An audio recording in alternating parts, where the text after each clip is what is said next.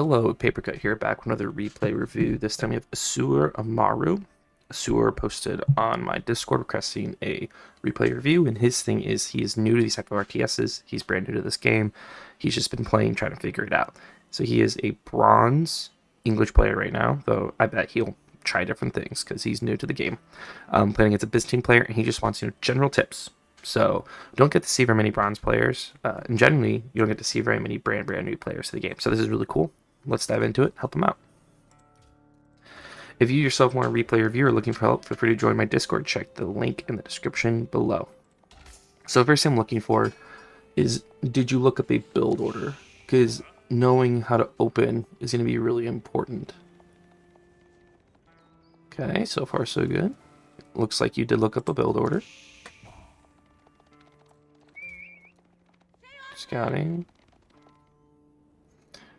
Let's watch your perspective here. I'm curious to see what you're looking for.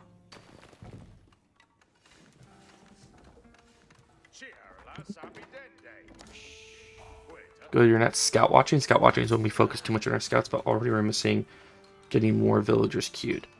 There, now you're doing it. I would always queue at least 2 villagers at a time in case you miss it. And keep your TC on a hotkey, so you're always checking. I keep it on the side of my mouse, so I always have my scout on 1. So I'm going to be checking, and then back at home, I can queue immediately and make sure I'm never not have villagers queued. Second, let's talk game plan.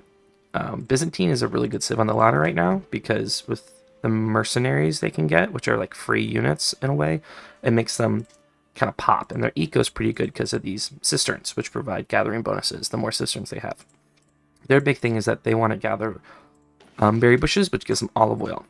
And so their olive oil is what they spend to make mercenaries. So what's so good about you as English is that you can open council hall, rush with longbows, and cut off resources, cut off berries, cut them off gold because they really want a fast castle. And if you cut them off berries and cut them off gold and make it really hard for them to drop farms, you can really lower their ability to get resources, which makes it hard for them to fight. So English actually has a pretty good run against Byzantines because you can kind of cut them off before they go crazy on the mercenaries. So I'm interested to see if that's the move you go for. Cool. So a big thing about RTS is efficiency. What are the small things we can do to make our villagers work better, to make our units work better?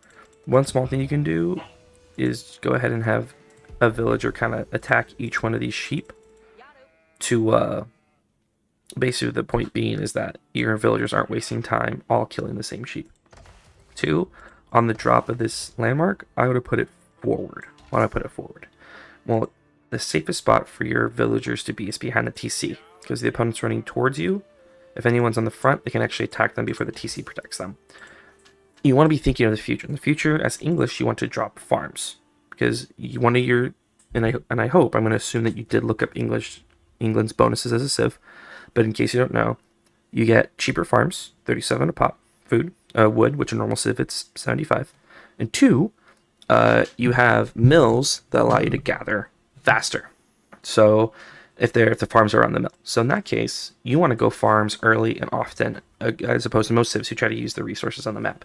So you want to put the farms behind your base where they're safer and your TC is more likely to protect them. So generally you want to drop your offensive landmarks forward, or you could have dropped it like right here next to the gold.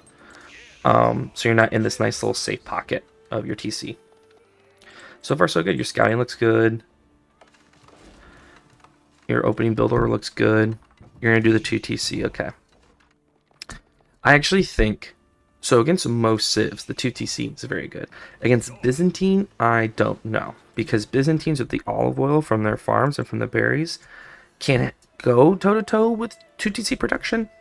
And if you guys are racing towards castle, Byzantine wants to be in castle. They get to castle, they can go, they get a lot of bonuses in castle. And so this is benefiting them. What doesn't benefit Byzantines is getting attacked early, which you can do if you have Council Hall, because you can just mass longbows.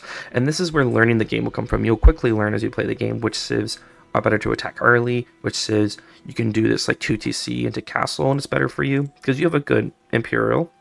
But in this case, you're knowing Byzantine, they're like Japan, they're like HRE, who they want to get to castle, and it's better if you go in and attack them and prevent them from doing that, which changes your plan a little bit potentially.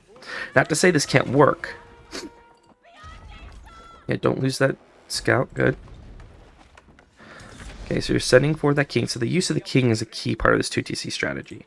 So your opponent just opened up with Hippodrome, and you needed that king to be crossing the second he was created, because this king could be attacking these villagers on the sheep. You may go, well, the villagers are in a TC. You can still charge in with the king and hit a villager and push them away and potentially kill them before they retrieve them. Second, the gold is outside TC range. So really, after scouting, that's one problem. You need to scout all the way around the opponent's base. You should always know each opponent's always going to have a gold. They're always going to have a stone. They're always going to have berries. So you want to find the gold, because pushing him off gold with your king would be a really good use of your king. And you want to force him to chase you so that you can get your second TC up on your gold. A small thing, but does matter. Where are your villagers? You have villagers collecting wood over here. It's a long walk for them to drop off. Took you a while to drop to create this lumber camp, and during that time your villagers are walking back and forth, which is really inefficient. They're losing out on gather time. The more they're walking, the less they're gathering. So you could have just had all your wood villagers build the lumber camp together, which would ensure they built it faster, and they're not walking really far and wasting time. You noticed, good job. But this, so already the biggest issue is this king needs to be doing something. You're playing this king very defensive. The purpose of this build is for the king to go out there and do something. He should be attacking the villagers on gold. He should be attacking the villagers on stone. He should be diving in and hitting villagers on wood. And even if you don't kill a villager, making him run back to TC is wasting time. Right now you're letting him do whatever he wants, which is you generally don't want to do. There are some times where you doing whatever you want is better for you, and so you leave your opponent alone. But in this case, you want to use this king. You have him. Let's be aggressive with him. Small inefficiency here. You're going to be building the TC with 2. You want to get the TC up as soon as possible, because you want the TC to be making villagers. The faster it's up, the sooner you're getting extra villagers, which means extra eco. So you should have sent all the stone villagers to build this TC, and I even would have pulled like 2 of the wood villagers potentially. You want to get this TC up as soon as possible. And then you're getting more villagers, which is great for your eco. Slow building a TC is not good for you. Yeah, I already mentioned this. This king needs to be aggressive. Pair the scout with the king so you can see where things are. And if your king can see the village before he attacks, he will do a charge, which will do extra damage, potentially kill a villager. So you're just missing out on your chance here to really do some damage, unfortunately. You keep making villagers though, which is good. And now we're going forward, but this is late. You could have been doing this earlier. Keep your scout with your king. Oh, right there, right there. Right there. Nice, nice. Don't dive too far. Good restraint. But see, you should already have this TC built. You're dropping the farms back here, which is okay. I would have done the first farm here, and this is why this Abbey being here kind of sucks. I would have done farms here, here, and here, so they're really close to the initial TCs.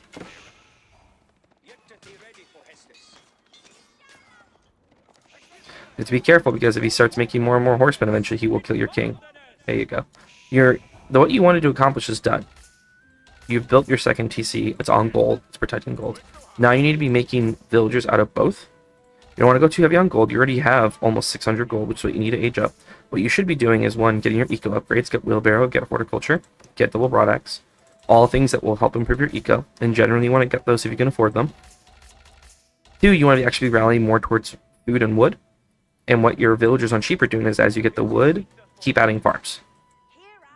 And since he's making horsemen, he could actually make those pretty quickly. You might want to drop a barracks and start making spearmen. And you just have spearmen sitting near your areas here, so that if he dies of horsemen, the spearmen can kill them. Another good thing to do is, if you're going to put farms here, put a wall from here to here.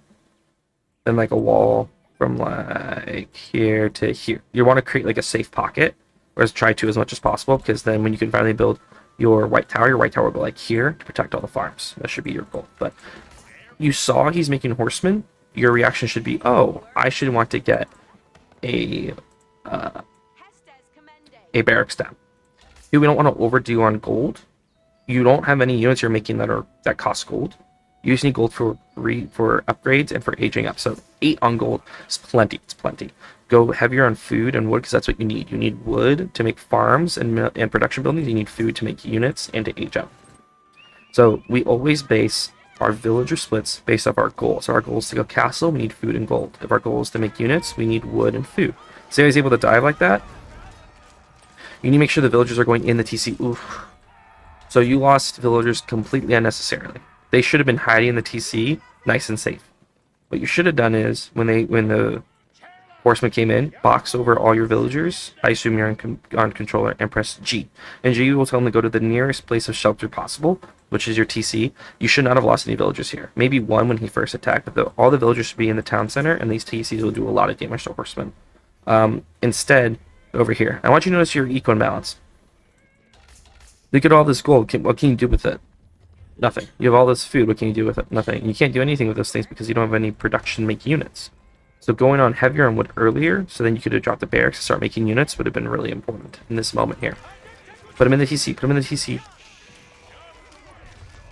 So you're losing all these villagers for no reason. Not only that, these villagers coming over and shooting the horsemen is also a bit of a waste within itself too. So now you're at 24 villagers. He's at 35.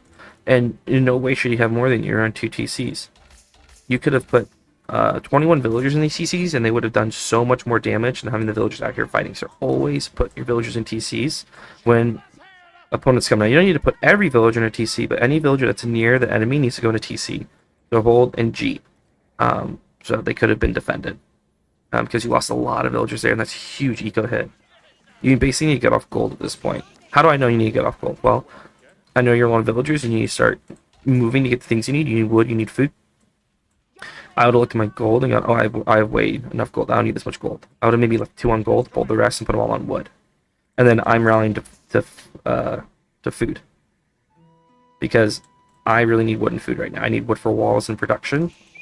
This is coming with another set of horsemen. Something that's really also affected you is you didn't scout the entire map when you had the chance early in the game during the Dark Age, so you don't know where your opponent could be for resources later, which is helpful for raiding and attacking, things like that. But let's just talk about the knock-on effects here. Since you didn't raid earlier with the king, he got a lot more gold, he got all the wood he needed, doesn't drop production, he isn't getting all the food he needs, so now he is making units really, really fast. And he made production, he made units. You never drop production, and sometimes English players will rush castle and just drop the white tower immediately, but to do that, you need to be a lot more focused on splitting your villagers correctly, and you didn't. You put way too much on gold, and not enough on food. Both these TCs, and also you built the second TC, but you're not making villagers out of it. So both TCs need to be making villagers. That's why I have my hotkey for TC, so I always make sure I can bounce between them, and make sure I'm always making villagers out of all my TCs. It's really, really important. White tower should go here. No. So why is this a no? Your TCs are already defending this area here. What needs to be defended is your farms. Your farms are all your food. So the white tower should have gone here, which would have protected your farms really, really well. And then you could just place farms all around the white tower, and it would have been really safe, and your food's nice and protected. You want to use these landmarks that are defensive landmarks to defend resources either out on the map that you need, or in base that you need to protect, because your farms are everything. If you're rushing castle, you're not going to have units. You're still not making... So you were doing little making villagers early. You've really lost village production, which is hurting you because you lost so many villagers in that earlier fight. And now see you making spearmen, which is really good. You need to drop more production. So see how I called that? So this comes to play in this game, and you realize things you need to do. I'm going to put farms back here away from my TC. I need a wall here. I need a wall over here, so I don't get raided. I'm going to put my landmark here, because if the landmark's here, all your villagers hide in the white tower, and the white tower kills all these horsemen. So some of it comes with playtime, but that was just realizing that these farms have nothing protecting them. You didn't even make spears and send them over here, which would have been nice. So just make sure you're setting yourself up for successful walls, defensive structures, things like that too. You have these villagers sitting here doing nothing, and they need to go to either on wood or berries. They need to be on something, so they're not sitting here doing absolutely nothing.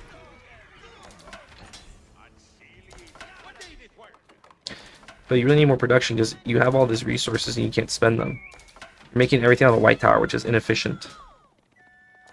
Generally, whoever has more production is doing the best because they can just make more units. So he has multiple production buildings, 2 stables, mercenary camp, archery range, which allows him to make just more units than you right now.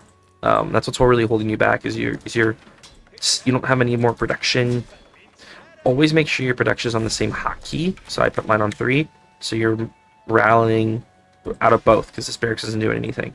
2, make sure you upgrade your units to castle. You're in castle for a reason. So you want to get castle spearmen, and you need to make an archer range to get castle longbows. And since you're in castle, you need to go back on gold. So make sure that in castle, you always have at least 8 to 10 on gold, so you can get upgrades and make gold units.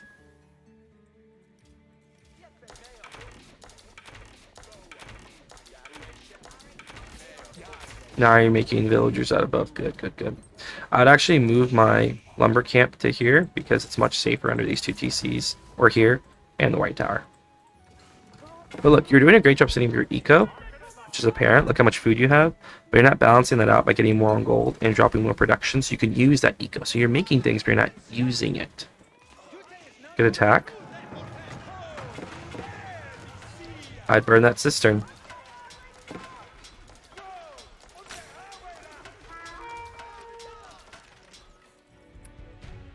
Huh. So I think what happened is you had your soldiers click on one villager, so they're all trying to attack one villager. You should have just clicked A move and clicked on the ground, so they would just attack villagers, which would have been better, and they would have killed more villagers. But this was a good attack, but you lost all your units, which sucks. And you should really burn these cisterns down for Byzantine, because they do so much eco damage. But you need to switch into castle units. You know, those villagers would really struggle against men-at-arms. You're in a castle, you should be making men-at-arms. You should be making knights. Units that are stronger, that use the resource you have. Look how much food and gold you have. The reason you're losing this game is because you can't spend your resources. Why can't you spend your resources? Because you don't have the production to spend it, and you're not consistently making units. So the big thing for you is dropping more production and using it to make units. Yeah, so what you're doing is you're clicking on one unit with your attacking force, which is not great. It's causing them to run past units and attack one. You should be A moving, so make sure you click A and click near them, and they will just attack all the ones around them. When you're building this landmark like this, I would have sent all my villagers at once like that earlier. But you notice he's killed so many villagers, you can't make anything, and now you're behind. Yeah. So overall, what I need to see from you, your opening was really strong. You obviously watched an opening, but it's just everything after that that's holding you back. So you make sure once you open, you are one, continuously making villagers and watching to make sure that they're efficient. 2, if you want to attack, make production and go attack. And with your king or whatever build you choose to do, make sure you are aggressive with the units you have. Go scout. Use your scout to find where their villagers are and attack them, because then you're slowing them down and buying you time. 2, make sure you're as I said, dropping production and making units that counter your opponent's units. So you saw horsemen, you made spears, awesome. You saw the archers and you didn't make men-at-arms, which counter archers. You didn't make horsemen or knights, which also counter archers. So you're not always making the counter that would make you more successful. And you didn't even make very much of your strongest unit, which is your longbows. Lastly, make sure you have even resource splits as much as possible. If you notice you're getting more of one resource, move your villagers to get the resource that you need. And be smart about your base building. Keep your villagers near your TCs as much as possible. Use towers, walls, and keeps to protect important resources, and it'll go a lot better for you. But for having this be a brand new game to you, you didn't do bad. You didn't do bad at all. It's just about learning these things that will help you be more successful. I highly suggest watching higher level players on Twitch and things like that as well, so you can see how they react to situations. It's going to be way above your current skill level, of course, but it's good to see things in action. But yeah, I hope that was helpful to you, and good luck on your games.